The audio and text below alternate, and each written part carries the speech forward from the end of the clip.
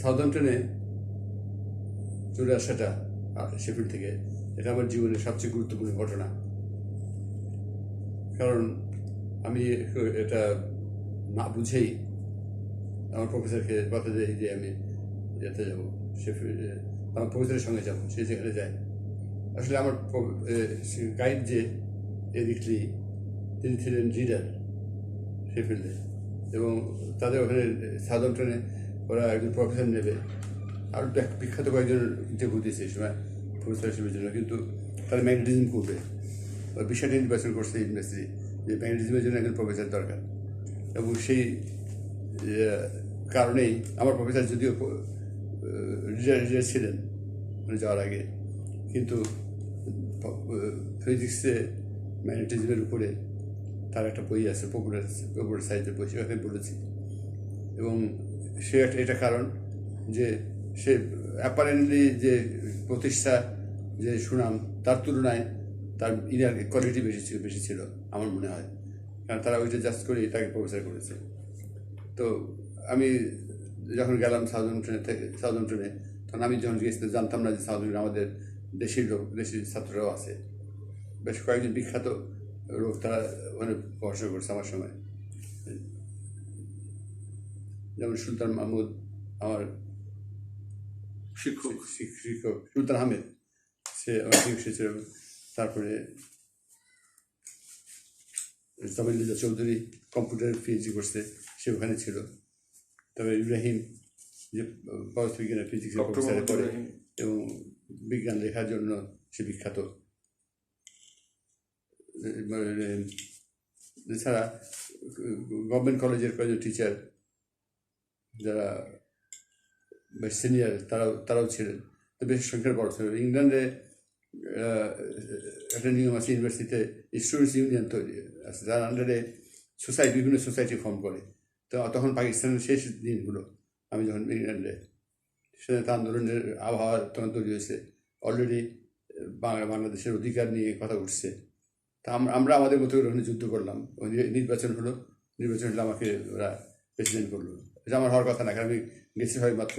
আমার সিনিয়র মতিন পাটোয়ারি পরে vice chancellor হয়, পরে আর অনেক পজিশনে যায়, উনি এখন বেঁচে আছেন। তো উনিও ছিলেন ওখানে সস্ত্রীক। তো এরকম অনেক। তারপরে মিউজিয়ামের ডাইরেক্টর হয়েছিলেন, যে সেও ছিলেন। তার লিস্ট করলে অনেক বড় হবে। তো সেইখানে নির্বাচিত হয়ে প্রেসিডেন্ট হলাম। প্রেসিডেন্ট আমি একটা বক্তব্য ছিল যে তোমরা, প্রথম বক্তৃতাতে আমি বলেছিলাম যে দেখো, ইংরেজরা আমাদের ওখানে যায় 200 বছর আগে,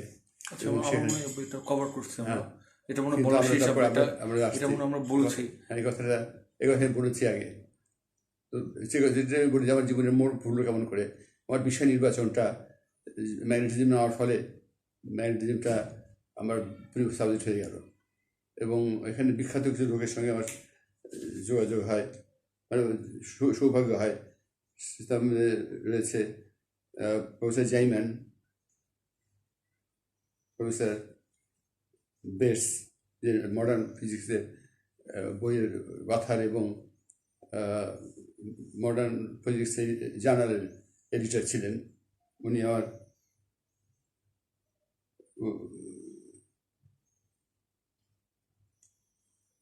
আমেরিকার বিখ্যাত ব্যক্তি। তারপরে চিকাজুমি, জাপানের বিখ্যাত ম্যাগনেটিজমের ব্যক্তিত্ব উলফার্থ।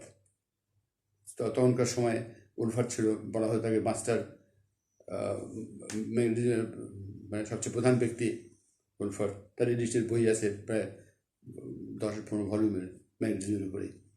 এবং সে আমার, তার সঙ্গে আমার দেখা হয় ওখানে, ভাগ্য সৌভাগ্যক্রমে। তারপর তার সঙ্গে পরেও দেখা হয়, এবং তার যে বই ম্যাগনেটিজমের উপরে কম্প্রিহেন্সিভ যে বইগুলো, রেফারেন্স বই যেগুলো, তার এডিটার সে। তো তার সঙ্গে পরবর্তীতে আমি একটা সাউদাম্পটনে, না আমি সাধারণত গেলাম, তো তার সাথে দেখা হলো যে সাউদাম্পটনের প্রথম বছরটা কেমন গেল? প্রথম বছরটা সাউদাম্পটনের খুবই প্রথম বছর। খুবই আনন্দের সঙ্গে গেল। কারণ ওখানে যেয়ে আমি আবিষ্কার করলাম যে কয়েকজন বাঙালি আচ্ছা, হ্যাঁ। মানে পড়াশোনা করে। আর সবচেয়ে বড় কথা, ওটা একটা গ্রিন পরিবেশ। ইউনিভার্সিটিটা একটা বনের মধ্যে, ওরা ওরা ইয়ে বলে ট্রিজ, অনেকগুলো গাছ, সেই সব গাছ বনের মধ্যে মনে হয় যে সেই কেমব্রিজ যেরকম একটা শহর থেকে দূরে, সাধারণত প্রায় 1 ঘন্টার জার্নি সেটাতে। কিন্তু 1 ঘন্টার মধ্যেই তার শহরি পরিবেশ ছেড়ে সেটা একটা চমৎকার গ্রিন হাউস, মানে চমৎকার গ্রিন একটা পরিবেশ পাই। তারপরে ওখানে আমি আমি সবচেয়ে বেশি সময় কাটাইছি যে ল্যাবরেটরিতে। সেই ল্যাবরেটরিতে আমার জীবনের সবচেয়ে দীর্ঘ 3টে বছর কেটেছে, এবং 3টে বছরের মধ্যে ঘুমানোর ঘুমানোর জন্য হলে যাওয়ার ছাড়া বাকি সময়টা কেটেছে আমার ওই একটা রুমে। তো যদি আমি আমি চিহ্নিত করতে চাই যে আমি কোন জায়গায় বেশি থাকি, আমার বাড়িতে যত সময় কাটিয়েছি তার চেয়ে বেশি সময় আমি কাটিয়েছি আমার জীবনের ওইখানটায়। তারপরে আর একটা কথা, যে আমি বইয়ের সংগ্রহ করেছি লাইব্রেরিতে। আমার বই খুব ঢোকছিল, এবং সে বইগুলো আমি ইন্টারন্যাশনাল লিটারেচার বলে 20 ভলিউমের একটা বই আমি ওখান থেকে সংগ্রহ করি। পুরনো নতুন বই কেনার সাধ্য ছিল না, বই সেটা। তারপরে ফিজিক্সের উপরে, ফিলোসফির উপরে, নানা সাউদাম্পটনের লাইব্রেরিটা খুব ভালো ছিল, ইউনিভার্সিটি লাইব্রেরি। ফলে ইউনিভার্সিটি যাওয়ার মাঝখানে যদি কোনো অবকাশ পেতাম, তখন আমরা লাইব্রেরিতে চলে যেতাম। তো ওইটার সঙ্গে আর তাহলে দেখা যাচ্ছে ইন্টেলেকচুয়াল যে পরিবেশ, বই পুস্তকের যে পরিবেশ, লাইব্রেরি পরিবেশ, আর ওখানে যে কোনো জায়গায় ফটোকপি করা যায় যে সংখ্যক। তা আমি ওই সাধারণত ইউনিভার্সিটিতে বিখ্যাত লাইব্রেরির যে বইগুলো যে আমি পছন্দ করতাম, সেটা নির্বিঘ্নে ফটোকপি করে নিয়ে আসতে পারতাম। এই একটা সুযোগ জীবনে। ফলে আমার জীবনে যে একটা বড় কাজ হচ্ছে বইয়ের কালেকশন। বইয়ের জন্য আমার এত ঝোঁক, এটা আমার প্রায় লোভ বলতে পারি এটাকে।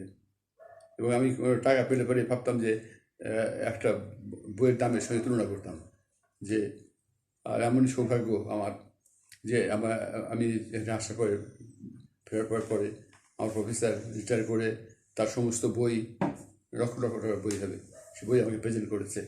বইটা সে আনতে পারিনি আমি, কারণ আমি লাইব্রেরিতে চেষ্টা করলাম, কেউ রাজি হলো না।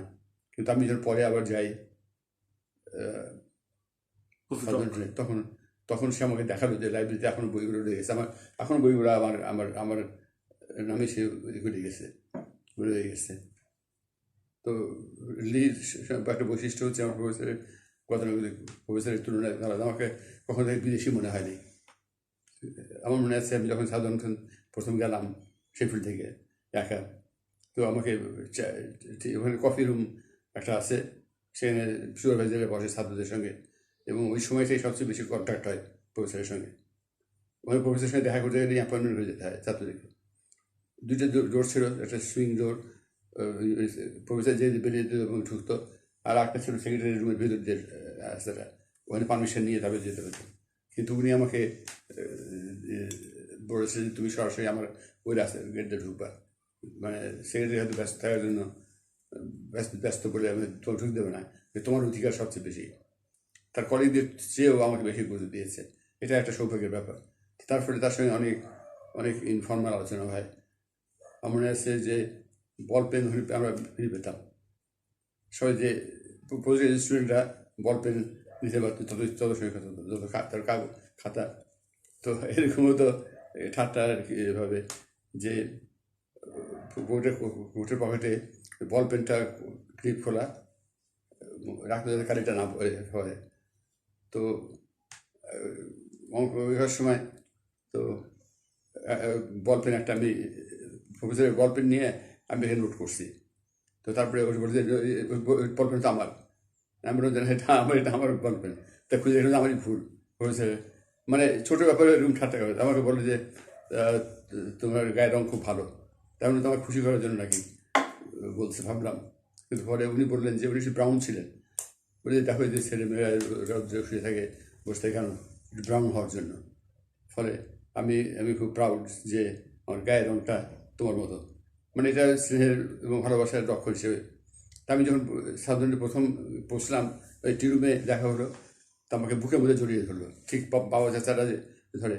শুনে আমি একটা একটা গুরুজনের তো না, শিক্ষার সুযোগ, গুরু না, সে আমাকে স্নেহ ভালোবাসা দিয়েও ইয়ে করেছে।